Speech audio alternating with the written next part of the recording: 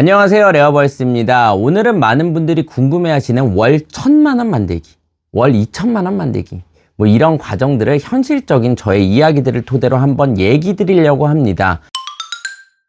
사업과 사기꾼은 한 끗 차이라는 말들을 이미 많이 들으셨을 거예요. 굉장히 맞는 말 같습니다. 사실 사업이란 건 일본의 소프트뱅크 창업자 손정희님의 말과 같이 성공 확률 50%인 사업을 하는 것은 어리석은 것이고, 성공 확률이 90%인 사업은 이미 늦은 거라고 하듯이 성공 확률 70% 정도인 사업을 하는 것이 가장 좋다라는 말처럼 30%의 리스크 정도는 가지고 사업에 진출도 하고 그만큼 철수도 빠르고 해야 사업을 잘 이끌고 나갈 수가 있을 텐데요. 사업이란 건 예상할 수 없는 앞의 시간에 대한 대비와 준비로 오로지 나의 믿음과 자신감, 그리고 그만큼 꾸준함만이 다인 것 같습니다. 물론 허황된 이야기들이나 부푼 꿈들을 옆에서 들어주고 지지해주는 사람이 있느냐 없느냐도 매우 중요한 부분인 것 같아요. 요즘 저희 수강생분들도 마찬가지로 월 1000만원, 월 2000만원 버는 것을 목표로 하시는 분들이 참 많더라고요. 물론 근로소득으로는 힘든 액수겠죠. 사업소득으로 이렇게 꾸준히 월 1000만원, 월 2000은 사실 쉽지는 않아요. 한두 달, 두세 달 벌어서 나의 인생이 바뀌지가 않고 그걸 지속해야만 되는 건데, 사업이란 건 어떠한 베테랑들도 굴곡이라는 건 분명히 크고 심합니다. 꾸준하게 들어오는 돈이 정말 강한 힘을 가지고 있겠지만, 꾸준하게 월 1000은 기업들이 아닌 이상 초보 1인 셀러나 창업을 시작하시는 분들에게는 이 개념을 말씀드려 보고 싶네요. 꾸준한 나의 거래처나 회원제식으로 고객들을 모으면서 매출이 성장되는 사업 구조가 있는 반면에, 상품이나 서비스를 팔아서 돈이 모이는 구조의 사업이 있을 때 제 구독자분들은 보통 후자에 많이 속하시는 것 같더라고요. 상품이나 서비스를 팔아서 돈을 모이게 하는 사업의 방식인 거죠.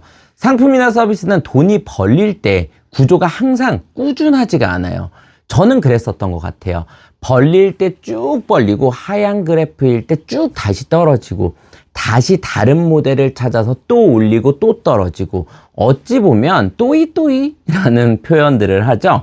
이 또이또이 되는 구조가 계속 반복이 되고 손익 구조상의 마이너스를 안 보면 다행인 거고요.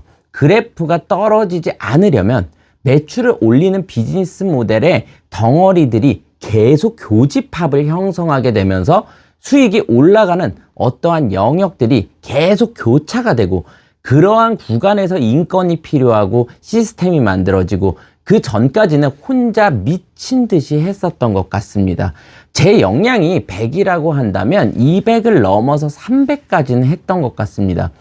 결국 뭔가를 띄우고 연결해서 또 띄우고 쉬지 않고 또 띄우기 위해서는 자리를 잡는데 몇 년의 시간이 걸리는 건 분명히 맞는데, 그 사이 포기들을 많이 해버리는 것 같아요.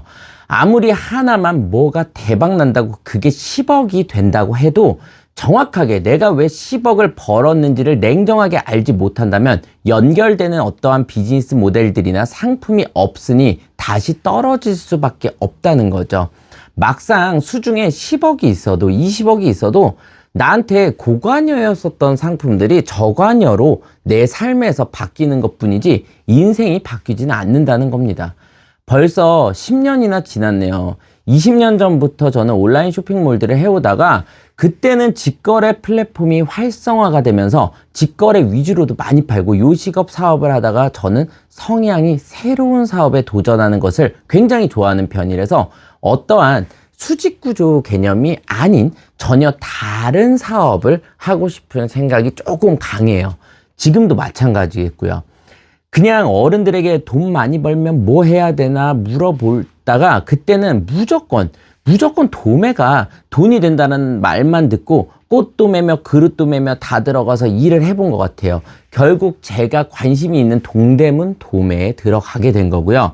나이스앨리스라고 아무도 모르실 거예요, 국내에서는. 그때 동대문 거래하셨던 분들은 아실까요? 유어스가 DDP로 바뀌고 1층에 매장이 있다가 상가 3층 화장실 옆으로 이동해서 자리 잡고 있었는데, 매일같이 잘 되는 집들 앞에서 분석을 하고 어떻게 장사하나 제가 전에 영상에서도 한번 말씀드렸었던 적이 있었던 것 같은데요. 이때도 아무것도 모르고 한 달, 두 달, 도매업 잠깐만 배우고 무작정 제가 뛰어들어서 내 상품 딱 3개만 만들었었던 것 같아요. 남성 의류보다는 여성 의류가 수요층이 훨씬 더 많고, 의류 쪽은 이미 너무 포화가 된 것 같고, 신발은 사이즈가 너무 많아서 돈이 없었던 저한테는 재고 부담이 너무 많이 컸습니다. 스카프나 모자로 좀 좁혔는데, 스카프는 정리를 할 때 손이 너무 많이 가고 빡세더라고요. 손톱 살짝만 닿으면 올이 또 다 나가고, 내 스타일은 아니다. 저는 모자를 워낙에 좋아했었어요. 어렸을 때부터요. 모자로 한번 해보자. 내가 좋아하는. 남들 다 옆상가에서 사입해서 팔 때 내 상품 3개만 딱 만들고 시작을 해서 그걸 메인으로, 무슨 샤넬 매장도 아닌 게, 명품 매장도 아닌 게 전체를 다 3개 상품으로 DP해두고 당연히 장사가 안 됐었죠. 뭔가 도매의 브랜드를 만들고 싶어 했었어요. 그게 간지다 라고 생각을 했었죠. 일주일 정도 거래처도 없으니까 앉아서 가만히 있기 민망하니까 매장은 지켜야 되고 김밥만 한 몇 줄은 사다 먹은 것 같아요. 그래서 이렇게 살이 쪘나 봅니다. 먹을 걸 좋아해요, 제가. 그래, 무슨 브랜드냐, 일단 팔자. 바로 앞에 평화시장에 건너가서 모자들을 사입하고 1,000원 뛰기, 2,000원 뛰기 뭐 하면서 제 상품들, 옆에 구색들을 좀 갖춰놓고 사입 상품들이 오히려 더 많아지니까 제 상품이 묻혀버리는 것 같길래 비율에 맞춰서 한 가지 상품을 더 만들었는데, 그때부터 장사가 가속화되면서 매출이 터져나가기 시작했습니다. 한번 궤도에 올랐을 때가 진짜 살면서 나의 역량을 제일 끌어올려서 일을 할 때인 것 같아요. 잠도 안 자고 리오더를 몇만 개를 해내면서 원단 시장에 가서 직원분에게 슬쩍 원단 공장을 물어보고 안 알려주는 거, 한국이 중국보다도 더 심한 거 아시죠? 전문 용어로 꽂는다. 뒷주머니에 살포시 봉투에 20만 원을 넣어서 꽂아 드렸더니 지방에 있는 원단 공장을 알려주시더라고요. 가서 또 꽂아 드리고 원단을 다이렉트로 반값에 받게 되면서 해당 상품을 중국, 대만, 홍콩에 엄청나게 팔게 됩니다. 이게 유지가 되었을까요? 절대 아니라는 거죠. 트렌드는 바뀌고 의류 쪽은 더더욱 유행이 빠르다 보니까 또 떨어지고, 그때의 그래프를 잡기 위해서 또 상품을 만들고 또 띄워야 하는데 내 예상과는 달리 뜨지가 않으면 번 돈 다 마이너스고, 사입량만 늘리면 안 되는구나. 사입을 해서 라벨을 달던 내 상호를 자수를 치던 후작업도 한번 해보자. 상점의 구색을 먼저 갖추고 나의 타겟은 중국, 대만인, 홍콩인이었으니 중국으로 한번 가보자 하고 그때부터 중국의 사무실과 창고들을 내고 제조와 유통을 시작한 게 한 2년 만에 생각도 못했던 매출을 내게 된 거죠. 그때 사입 상품들을 오히려 대폭 줄이고 제 상품들을 더 앞세워서 도매 브랜드가 되고요. 중국, 대만의 전 지역으로 나갔죠. 한국의 도매 매장들과 온라인 도매, 소매, 타오바오샵 등 하루에 일매출이 동대문 매장 4개, 명동 매장만 해도 1억은 나오니 하루 매출이요. 연매출 500억은 직원 20명 정도로 다 했었던 겁니다.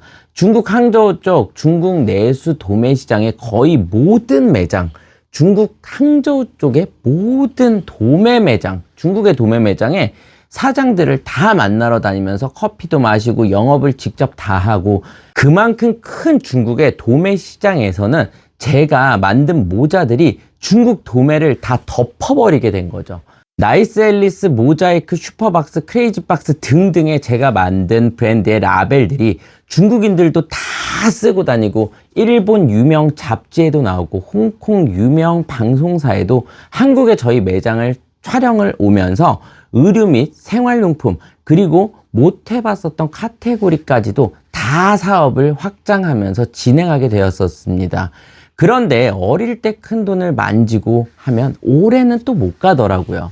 지금도 제 선택에 절대적인 후회는 없지만 섣부른 판단에 실수를 하게 되었고, 플랫폼 개발에 뛰어들면서 돈을 많이 버는 만큼 그만큼 만나는 사람들도 미팅을 해야 하는 사람들의 직급도 엄청 높은 사람들을 가까이서 상대하고 하다 보니 저는 성공한 사람들, 성공한 부자들이 제가 만났었던 사람들이 그랬었던 것 같은데 굉장히 제가 그리던 이상적인 인간의 모습들은 아니었었던 것 같아요.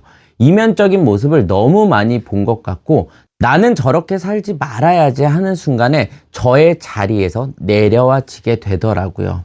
거의 모든 걸 그때 포기하고 쭉 내려와서 다시 제가 할 일들을 찾아서 노력을 하고 또 도전을 하고 하기 싫어도 하고 그냥 자나깨나 내가 작은 목표를 성공했을 때 변화되는 나의 모습만을 머릿속에 상상하면서 끊임없이 지금도 사는 것 같습니다. 제가 본 모습은 어떤 구간을 넘어설 때는 굉장히 독하고 악해져야 하는 상황들이 분명하게 있었어요. 독한 건 누구보다 잘하는데 독한 건 누구보다 잘해요. 악한 건 제가 F 성향이라서 그런지 저도 착하지만은 않은데 악한 걸 이기지는 못하겠더라고요. 카르네아데스의 판자라는 얘기처럼 내가 살아남으려면 누군가가 죽더라도 밀어내버려야 하는 것이 그래야 어떤 선을 넘을 수 있다고 생각을 했고 내가 보지 못하고 있는 상황에서 누군가가 나의 선택 때문에 경쟁사가 뭐 죽어버릴 수도 있는 거고 저는 아직도 상품을 팔아서 경쟁을 해서 돈을 만들고 그 경쟁을 통해서 기업화를 시키는 것은 사실 이제는 관심이 없어졌습니다. 제 사업들을 정리하며 리프레시를 다시 하고 저는 다시 미디어 기반의 새로운 사업들에 대한 도전을 해보고 싶은 지금인 것 같아요. 물론 이것도 마찬가지겠죠. 누군가와 경쟁을 하고 자본주의 사회이니까 어쩔 순 없는 것은 분명하겠습니다. 상품 하나를 잘 파는 것도 한번 여러분들께 보여드리고 여러 가지로 2차 강의를 준비하면서 계속 상품을 골라보려고 하는데 저는 지금 현재 아이들을 키우니 아이들과 관련된 의류는 수도 없이 많이 했으니 새로운 걸 한번 시도해 보려고 합니다. 결정되는 대로 상품 판매 기획 단계부터 쭉 영상을 계속해서 업로드 한번 해볼게요. 못 팔면 사기꾼이 되고 잘 팔면 사업가가 되는 걸까요? 리스크가 30% 정도 있는 상품을 잘 선정해서 한번 잘 팔아봐야겠네요. 경험담을 공유 드려보면서 창업을 하실 때 월 1000 번다, 월 2000 번다라는 것은 너무 쉽지 않은 것이기에 막연하게 나 월 1000 벌 거야, 나 월 1억 벌 거야 보다는 구조라는 것을 항상 좀 생각해 보시면서 1년치에 내가 연결할 수 있는 비즈니스 모델들이나 연결해 나가면서 어떠한 교차점을 만들어낼 수 있는 상품들을 미리 설계를 해서 물론 계획이 트렌드에 따라서는 변경이 될 수도 있어도 나만의 사업 구상들을 잡아보신다면 충분히 가능들 하시지 않을까 합니다. 막연한 것이 때로는 엄청난 자신감을 주기도 하는데 적어도 목표가 확실하다면 그 목표를 이루게 되었을 때 변화되는 나의 모습을 계속 상상해 보면서 막연하지 않은 사업의 구조를 창업 단계부터 한번 그려보시는 것이 앞으로의 성장에 많은 도움이 되시지 않을까 합니다. 다른 카테고리의 사업의 이야기들도 천천히 얘기를 많이 꺼내 보겠습니다. 오늘 영상도 뭐 두서 없었는데 첫 번째, 리스크가 30% 정도는 있는 성공 확률 70%의 사업 구조나 틈새 시장 등 상품들을 한번 찾아보자. 두 번째, 단기의 목표로 변화되는 나의 모습을 한번 상상해보자. 세 번째, 하나로 꾸준할 수 없으니 지속할 수 있는, 하나를 잘 할 줄 알았다면 매출의 교집합의 구간들을 계속 찾아 끊임없이 한번 연결될 수 있도록 노력해보자. 그리고 내가 할 수 있는 이상의 나의 노력이 적극적이면서도 내 생활처럼 되어 버린다면 그래야지 월 1000, 월 1억, 뭐 월 2000, 월 500이라도 지속적으로 할 수 있지 않을까 합니다. 사업 소득으로 말이죠. 이 정도만의 얘기를 전달 한번 드려보고 싶었나 봅니다, 제가. 그리고 초보셀러 분들이시라면 바로 내셔널 브랜드로 진입을 하시지 마시고 일단 상품 구색을 좀 갖추고 팔면서 나의 브랜딩을 해도 늦지 않는다는 것을 꼭 말씀드리고 싶네요. 처음부터 내 브랜드의 아이덴티티며 로고며 나만의 브랜드의 색깔을 고집하면서 리소스를 낭비하는 것보다는 일단 많이 팔 수 있는 구조를 좀 만들어 두고 사업을 고도해 나가면서 서서히 다듬어 가는 방향이 어떨까 싶습니다. 일단 팔아보자. 일단 많이 팔자. 그래야 브랜드가 된다. 상점이 먼저 떠야 추후 브랜드가 되지 않을까 합니다. 먼저 내셔널 브랜드로의 진입은 저는 조금 추천드리지 않는 요즘 시대인 것 같습니다. 영상을 현재 많이 자주 찍고 있지는 못하는데 한 번씩 이렇게라도 또 인사드리도록 하겠습니다.